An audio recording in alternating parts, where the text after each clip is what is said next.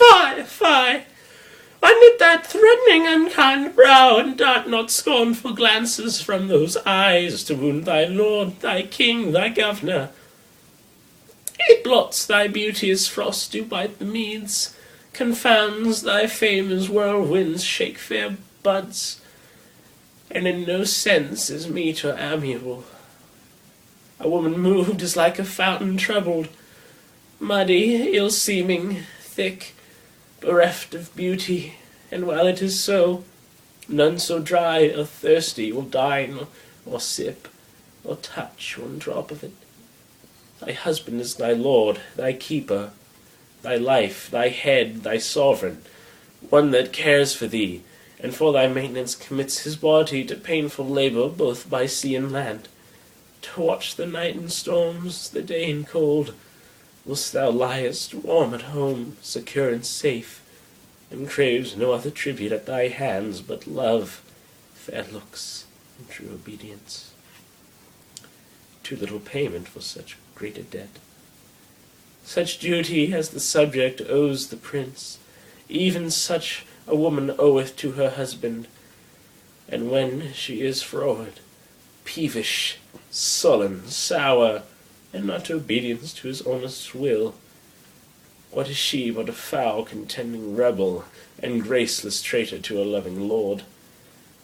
I am shameful that women are so simple to offer war, where they should kneel for peace, or seek for rule, supremacy, and sway, when they are bound to serve, love, and obey.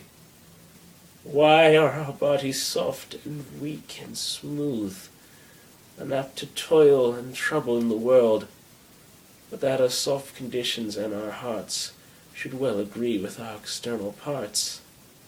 Come, come, you fraud and unable worms.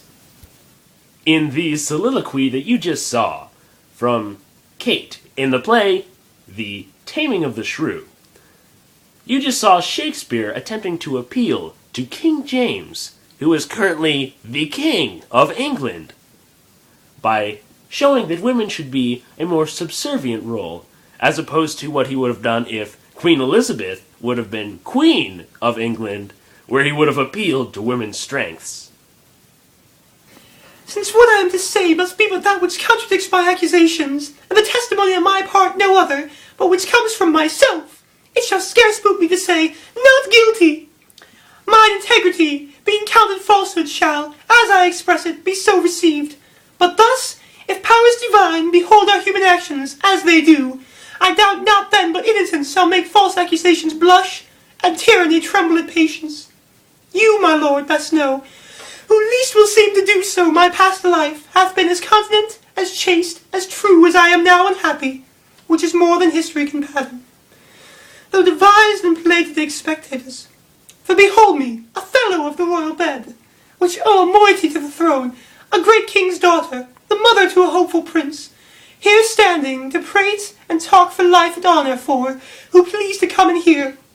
For life I prize it, as I weigh grief, which I would spare. For honour, 'tis a derivative from me to mine, and only that I stand for. I appeal to your own conscience, sir, before Polixenes came into your own court.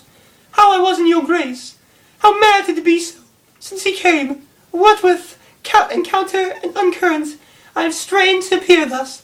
If one jot beyond the bound of honour, or an act, or will, that way inclining, hardened be the hearts, they'll all hear me, and my nearest of kin, only fire upon my grave.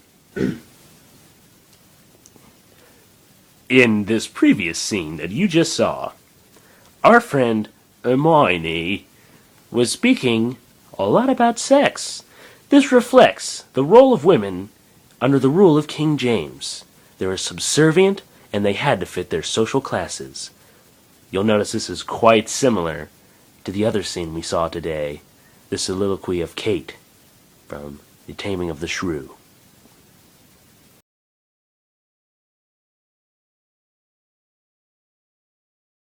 Blarg!